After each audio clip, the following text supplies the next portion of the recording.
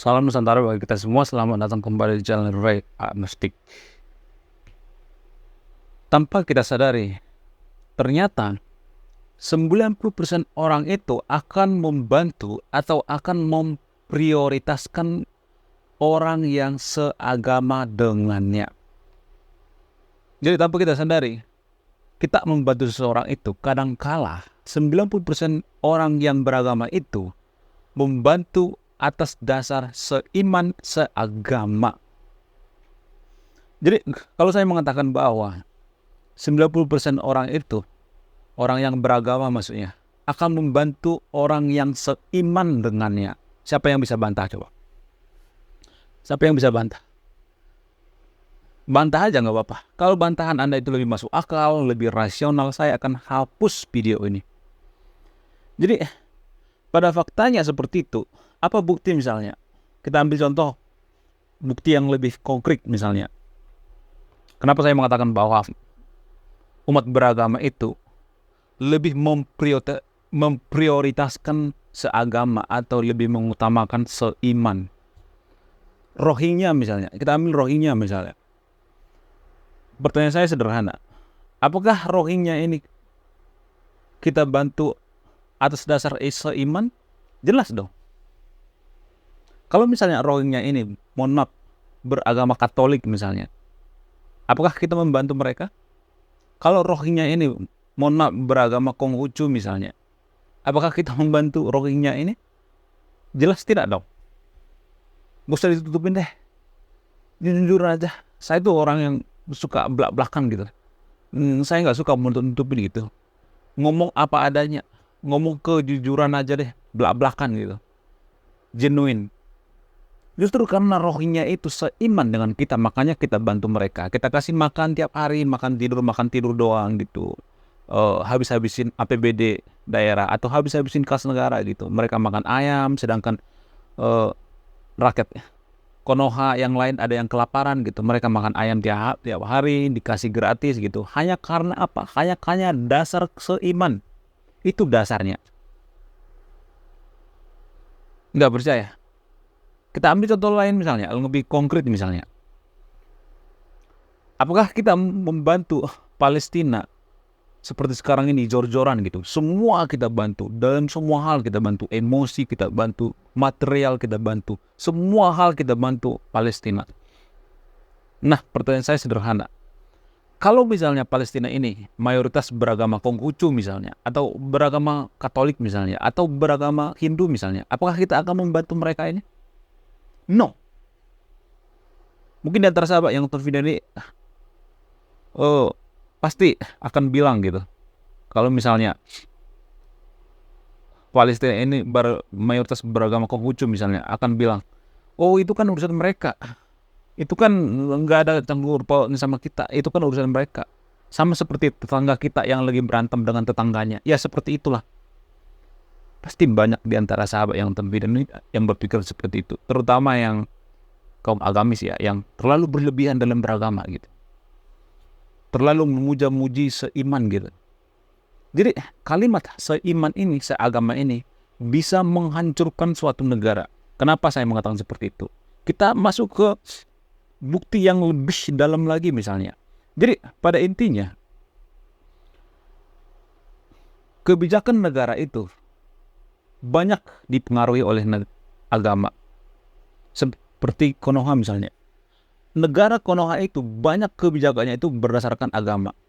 Seperti yang saya katakan tadi itu, Rohingya itu APBD, kas atau duit negara itu ada berapa banyak ke sana. Palestina misalnya, ada berapa banyak APBD yang kita kirim ke sana. Kalau misalnya kita berdasar atas kemanusiaan, ada banyak kok perang-perang di dunia ini yang butuh pertolongan kemanusiaan. Di Afrika banyak kok orang yang kelaparan, yang perang gitu, Somalia gitu. Atau yang paling dekat inilah Arab Saudi dengan Yaman, itu kan perang ya. Lebih banyak korbannya kok. Lebih banyak korbannya. Ratusan ribu korban. Lebih banyak, hampir menyentuh 1 jutaan. Kenapa kita tidak bantu Yaman versus Arab? Kenapa? Apakah karena mereka itu Syiah gitu? Apa karena mereka itu beda aliran dengan kita? Jadi pada faktanya banyak keputusan negara itu berdasarkan apa? Berdasarkan dipengaruhi oleh agama. Jadi itulah alasannya kenapa negara-negara di Eropa sana itu memprivasi agama. Apa tujuan mereka? Ini yang mereka mau sebenarnya. Biar agama tidak mempengaruhi keputusan negara. Seperti di Konoha. Biar agama tidak mempengaruhi keputusan negara. Ada banyak kan, kita banyak menggelontorkan dana hanya karena berdasarkan agama. Padahal kan agama itu privasi ya. Kita menggelontorkan dana ratusan triliun, dana haji misalnya. Hanya untuk apa? Hanya untuk mengurusi masalah privasi, yaitu agama. Ada banyak kas kita itu mengeluarkan dana haji gitu ke Arab atau dana umroh gitu. Mensubsidi gitu. Per orang berapa? Ada ratusan triliun kok per tahun. Hanya untuk apa? Hanya untuk mengurusi masalah privasi, masalah agama. Yang gak jadi masalah, saya tidak komplain. Tapi yang saya pengen itu, mari kita berpikir secara rasional gitu.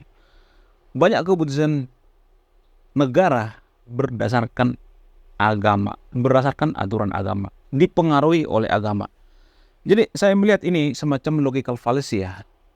Dan ini juga yang mempengaruhi kenapa Eropa itu tidak menggabungkan antara agama dengan negara gitu, tidak menggabungkan antara agama dengan politik, biar keputusan mereka itu tidak dipengaruhi oleh agama, karena mereka sudah pernah mengalami yang namanya zaman kegelapan. Jadi mereka sudah kapok gitu, mereka sudah kapok, dan kita warga Konoha ingin mengulangi seperti yang ada di Eropa, seperti zaman kegelapan gitu. Jadi saya melihat ini semacam logical fallacy atau cacat berpikir. Dalam istilah filsafat ada logical fallacy, cacat berpikir gitu, atau cacat logika. Atau saya bikin lebih simpel deh biar mudah dimengerti. Kampungan dalam beragama. Jadi ada beberapa prinsip-prinsip kita yang kampungan dalam beragama, sehingga ini mempengaruhi kemajuan suatu bangsa. Kenapa ini mempengaruhi kemajuan suatu bangsa? Ya seperti yang saya katakan tadi, yang pertama misalnya, hanya karena embel-embel seiman, kita membantu negara lain, kita membantu yang tidak kita kenal hanya embel-embel seiman, dan kita menggelontorkan dana triliunan hanya karena permasalahan privasi, yaitu agama. Capek kan sebenarnya mengurusi masalah privasi, kita menggelontorkan dana, sementara kita tidak fokus pada SDM kita, tidak fokus pada pendidikan kita, tidak fokus pada beasiswa, tidak fokus pada mencerdaskan kehidupan bangsa, kita fokus pada embel-embel agama gitu. Udah kelihatan kan kenapa negara kita tidak maju? Ya ini salah satu alasannya. Ini mempengaruhi kemajuan suatu bangsa. Gimana nggak pengaruh coba? Habis dana kas kita itu habis untuk hanya embel-embel masalah agama gitu. Karena seagama dengan kita bantu, kita gelontorkan dana gitu. APBN kita boncos gitu. Belum lagi subsidi ini, subsidi itu, segala macam untuk keperluan agama dan lain sebagainya. Jadi sangat susah memang maju orang yang terlalu fanatik dalam beragama ini. Susah ngomongnya.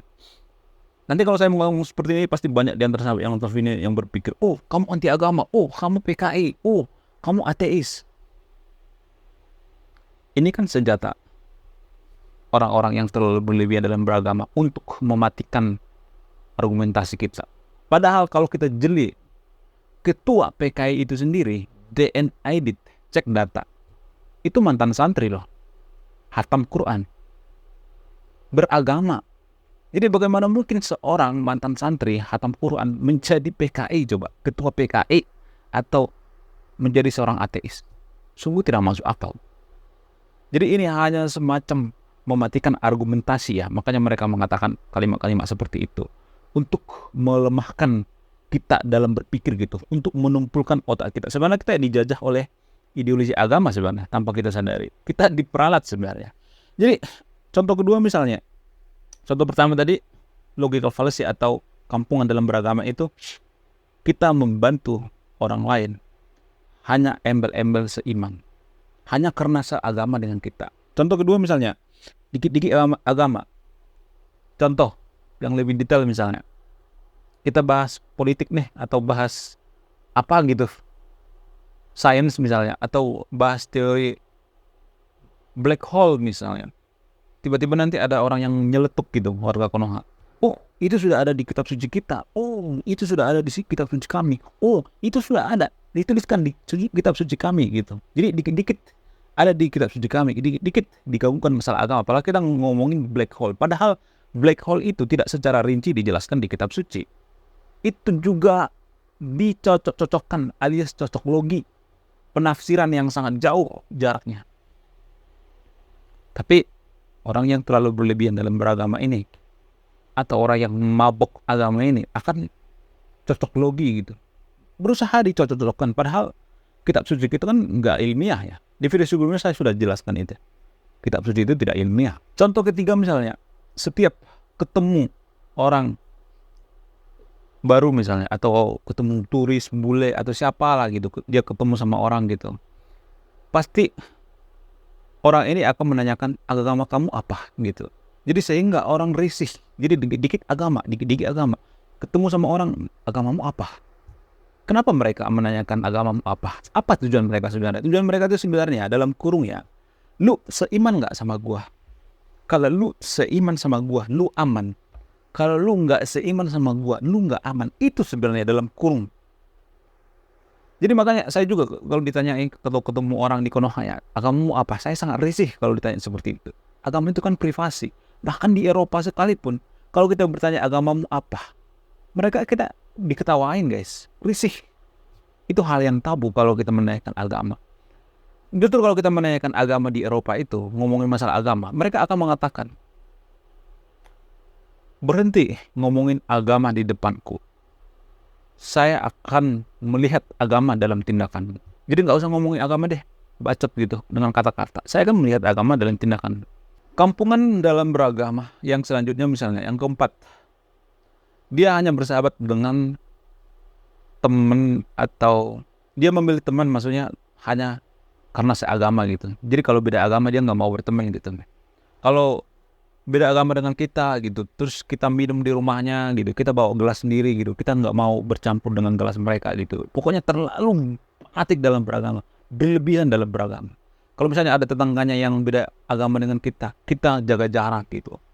Kalau misalnya ada teman kita yang seagama, kita lebih deketin gitu, kita lebih membantu gitu, sehingga negara akan tidak maju. Bagaimana mau maju coba kalau antar tetangga kita juga sudah ribut gitu, sudah berpikir negatif gitu. Sehingga masalah agama ini sangat memperkeruh kemajuan suatu bangsa, memperkeruh. Atau ini adalah sumber konflik sebenarnya. Tanpa kita sadari, agama ini adalah sumber konflik yang sebenarnya. Gimana nggak konflik coba? Kita hanya berteman seagama, yang beda agama kita nggak berteman. Mungkin data sahabat yang nonton video ada yang membantah, nggak semua seperti itu. Nggak semua, tapi rata-rata. Kita ngambil rata-rata ya. Nggak semua, tapi rata-rata cuy. Prinsip kampungan dalam beragama selanjutnya misalnya, kulkas punya agama. Jadi apapun agama gitu, dikit-dikit agama, semua hal dikait-kaitkan dengan agama, termasuk kulkas. Kulkas juga harus ada agamanya gitu. Bayangkan coba, agama harus, bukan agama, kulkas harus punya agama. Coba bayangkan betapa menyedihkan hidup di negara yang terlalu berlebihan dalam beragama. Sangat tidak nyaman. Agama, semua hal dikait-kaitkan dengan agama. Kulkas juga punya agama. Gila. Luar biasa memang. Terus prinsip kampungan yang selanjutnya misalnya, kampungan dalam beragama, ngata-ngatain yang beda agama dengan kita. Kita ngata-ngatain yang beda agama dengan kita. Misalnya agama lain yang beda agama dengan kita. Kita ngata-ngatain Tuhannya misalnya. Terus kita ngata-ngatain, oh mereka nanti nggak masuk surga gitu. Oh mereka masuk neraka gitu. Jadi selalu dikata-katain terus, dikata-katain. Prinsip kampungan yang selanjutnya misalnya, memilih pemimpin harus seagama. Ini sangat vital sekali bagi kemajuan suatu bangsa. Kenapa ini sangat berpengaruh kemajuan suatu bangsa? Contoh misalnya, ada dua calon misalnya, calon A, calon B. Calon A itu seagama dengan kita, calon B beda agama dengan kita misalnya. Namun yang paling punya reputasi baik itu calon B misalnya. Ini calon A ini suka bohong misalnya, mulutnya manis misalnya, nggak bisa bekerja misalnya, dia cuma ngebacot gitu, nggak ada kinerjanya gitu, tidak punya reputasi yang baik. Sementara yang B ini jujur, punya reputasi yang baik, kompeten gitu. Biasanya warga Konoha itu akan memilih yang A ini, walaupun dia amburadul gitu. Yang penting seagama, yang penting seiman gitu. Jadi ini jangan disangkut pautkan dengan agama dulu ya. Ini masalah pemikiran yang rasional dulu. Masalah dalam beragama dulu. Prinsip dalam beragama. Cerdas dalam bernegara maksudnya. Bukan beragama. Cerdas dalam bernegara. Bagaimana kita memajukan suatu bangsa kalau kita memilih pemimpin saja harus seiman, harus seagama. Dan kita mematikan karirnya ini yang beda dengan agama dengan kita ini. Bahkan menurut Limbat Kompas, saya nggak asal bacot ya, 75% warga Jakarta itu memilih pemimpin berdasarkan agama. Itu menurut data. Jadi saya tidak asal mangap gitu mengatakan seperti ini. Orang di lapangan juga seperti itu kok.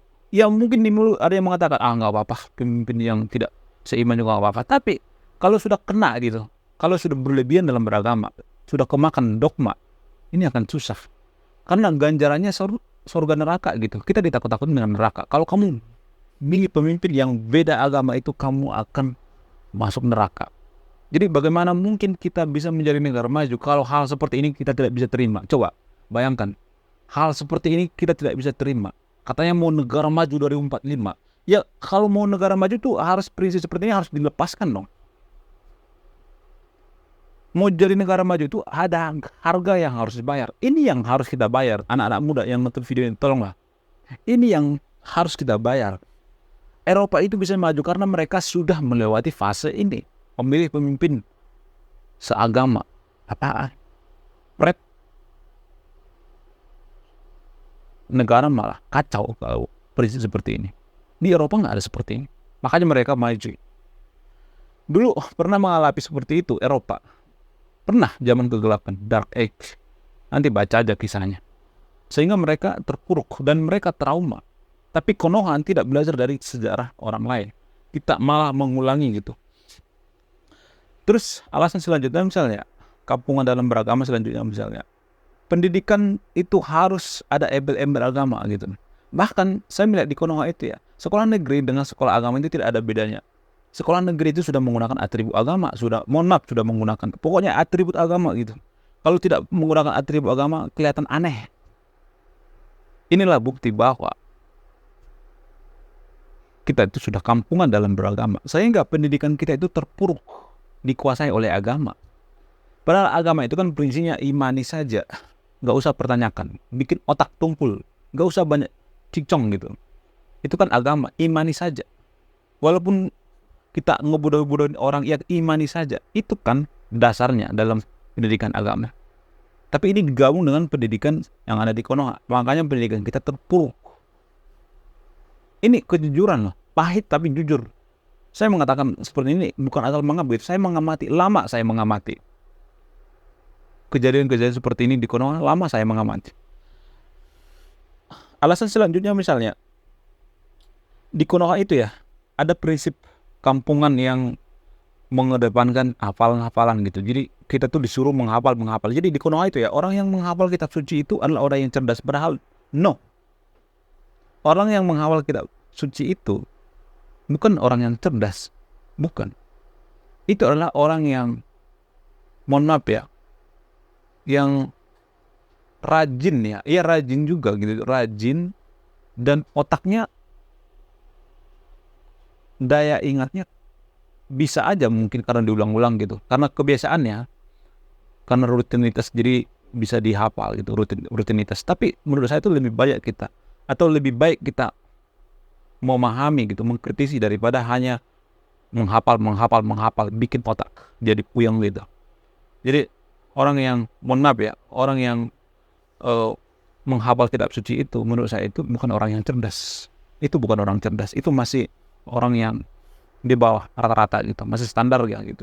Orang yang cerdas itu orang yang bisa memahami gitu, mengevaluasi, bahkan menganalisis gitu, mau mengkritisi atau memproduksi gitu.